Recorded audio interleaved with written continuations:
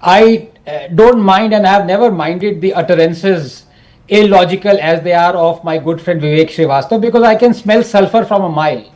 He is this belonging to the same party that perpetrated the brutal Mari Jhapi massacre, where the CPIM cadre butchered 10,000 innocent Dalits, and he denies that ever happened. So let's not talk about Vivek. I want to talk about Vivek. I did not interrupt you. My turn has come after 20 minutes. Yeah, please don't do this. Rahul, the fact of the matter is we are living in an age of wokeism, victimhood, selectivity, and political correctness. And honestly, I don't know if we are allowed to tell the truth anymore. Away from Britain, we have seen the very same perfidy being playing out in India. And thank you for publicizing this news. It's very important, because remember the horrendous Ajmer grooming case that was hushed up? I hope this one isn't. Remember cases of love jihad that continue to be hushed up, continue to be called a figment of one's imagination by journalists and opposition? Love jihad is a reality. Let me be very clear. Impersonating someone else's religion for the purposes of entrapping a woman or coercing her to change her religion for the purposes of marriage or for living out peaceful married life are criminal offenses.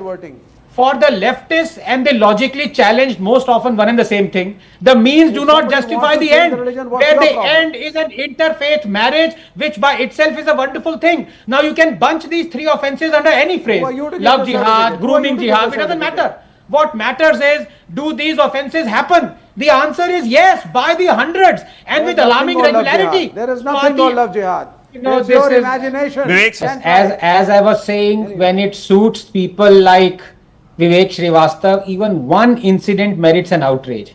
And here it suits them to ignore the hell a Hindu or a Christian woman goes through, like the recent chilling report from Kheri, where Mohammad Nawed duped a Dalit woman into a relationship by impersonating as a Hindu. 3 months into her pregnancy, he began forcing her to convert to Islam, and when she refused, he, along with his friend Farhan, raped and poisoned her. But there was no outrage, because wait, while Jai Bhim is unconditional, Jai Bhim is conditional upon the perpetrator not being a meme. Look, in any case, why blame BJP when it was originally the Kerala High Court that ordered the government to quote, frame laws against love jihad? Go outrage against the court. Go outrage against Mahatma Gandhi, who said, and I quote, if I had the power to legislate, I would stop all proselytizing. Go outrage against Ambedkar, who said Dalits should not convert to Islam as it will denationalize them, and the danger of Muslim domination becomes real. Rahul, just 30 seconds. Look, forced conversion or conversion by means of inducement, allure, monetary, social or health benefit, or through miracle cure inducement is clearly illegal and should be banned.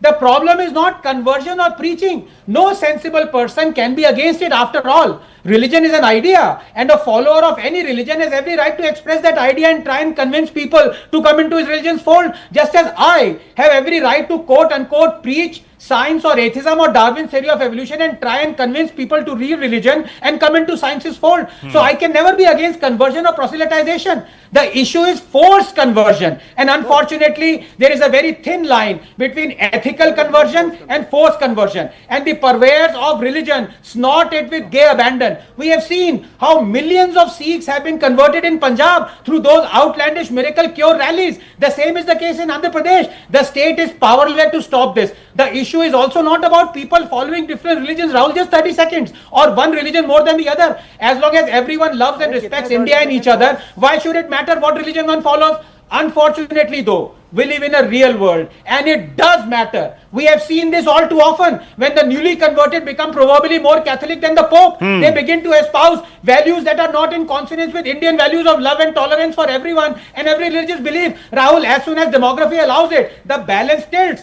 Haven't we seen this in Kashmir Valley? How ethnic cleansing of Hindus transpired, how cinema halls were banned, how women were targeted for what they wore, how homosexuals were persecuted, how Sharia was given prominence over constitution. So let us not give this facade to the reality, which is love jihad and forced conversion.